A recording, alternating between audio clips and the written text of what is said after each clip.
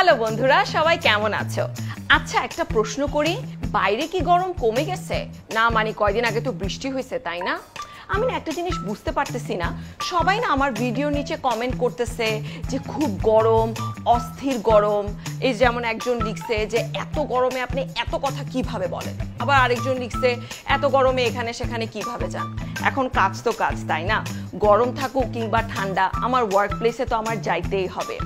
আপনাদের সাথে একটা কথা শেয়ার করি, সেটা হচ্ছে আমার বাসায় আমি একটা জিনিস অলওয়েজ এনশিওর করি, সেটা হচ্ছে আমার রুমটাকে আমি অলওয়েজ ঠান্ডা রাখি, না হলে আমি একদম অস্থির হয়ে যাই।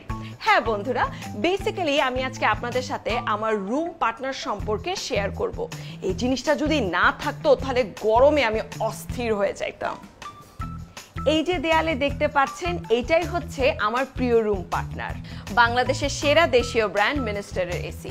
আমার রুমটা হচ্ছে অ্যাপ্রক্সিমেটলি 120 স্কোয়ার ফিট, সো এই রুমটাকে ঠান্ডা করার জন্য 1 টনের এসি ইজ গুড এনাফ। এই এসিতে জাপানের ফেমাস ব্র্যান্ড প্যানাসনিকের কম্প্রেসর ইউজ করা হয়েছে, সো এটার স্থায়িত্ব নিয়ে আমার কোনোই টেনশন নাই। এমনকি এই কম্প্রেসরের 7 বছরের গ্যারেন্টিও আছে। এমনকি এই এসিতে রয়েছে fast cooling system technology, so আমার রুম অনেক দ্রুত ঠান্ডা হয়ে যায়। এই যে ডিজাইনটা দেখতে পারতেছেন, এটা কিন্তু পুরাই অস্থির, মানে আমার রুমের সাথে একদম সুন্দর মানায় গেছে।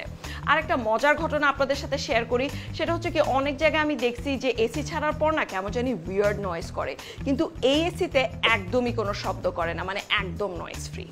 একটা ইম্পর্টেন্ট ইনফরমেশন একটু আপনাদের সাথে শেয়ার করি, সেটা হচ্ছে এসি কেনার সময় একটি বিষয় অবশ্যই খেয়াল রাখবেন, সেটা হলো সঠিক বিটিইউ। বাজারে কিন্তু এখন অনেক এসি আছে যার বিটিইউ ঠিক নেই, আর সঠিক বিটিইউ না থাকলে আপনি সঠিক ঠান্ডাও পাবেন না। ইউজুয়ালি যেটা হয় যে 1 টন এসিতে 12,000 বিটিইউ থাকে।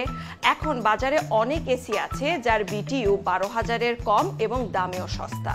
বিটিইউ কম এমন এসি ভুলেও কিনবেন না। এই ব্যাপারে মিনিস্টার খুবই সতর্ক, তারা কোয়ালিটিতে একদমই কম্প্রোমাইজ করে না। ও একটা কথা তো বলিই নাই, তারা কিন্তু এসিতে 100% কপার টিউব ব্যবহার করে, তাই আমার আস্থা মিনিস্টারের উপরে।